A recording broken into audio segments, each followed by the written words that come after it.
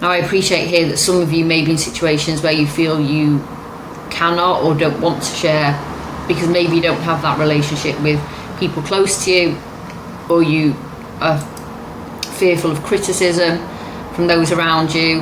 And in that situation, all I can say is I advise you to try and find someone to share it with, even if it's not within your close family, whether that be speaking to a helpline or a medical professional or working with a coach.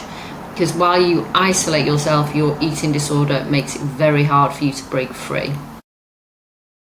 I discussed with my coach boundary setting before I told my family, and this is because while everyone you love may well support you and be really grateful that you're going to get help, all of those things they've been dying to say may well just come spilling out. So you may hear that, oh, thank God you look so sick, thank God it's been awful watching you struggle, thank God we've all been so worried.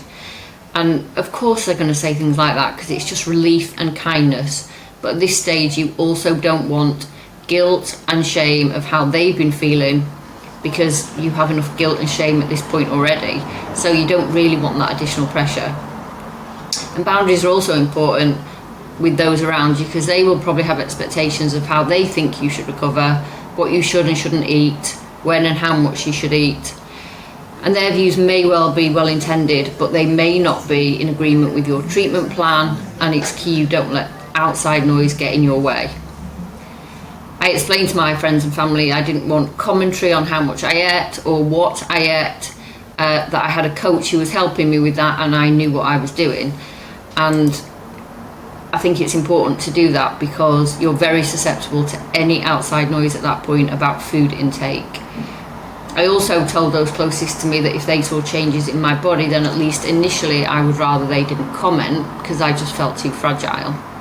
I knew that while I was still vulnerable, a compliment about me looking well would be interpreted by my brain as someone saying that I was gaining weight or getting fat.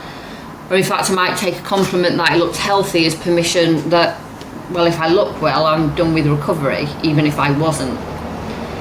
And over time, I felt much more free talking about my eating disorder with friends and family, which made them feel much more comfortable, and they honoured my boundaries, and I now accept compliments given. I maintain the boundaries if someone is saying too much, and those closest to me are all really proud of what I've achieved and the work that I am now doing, which is amazing.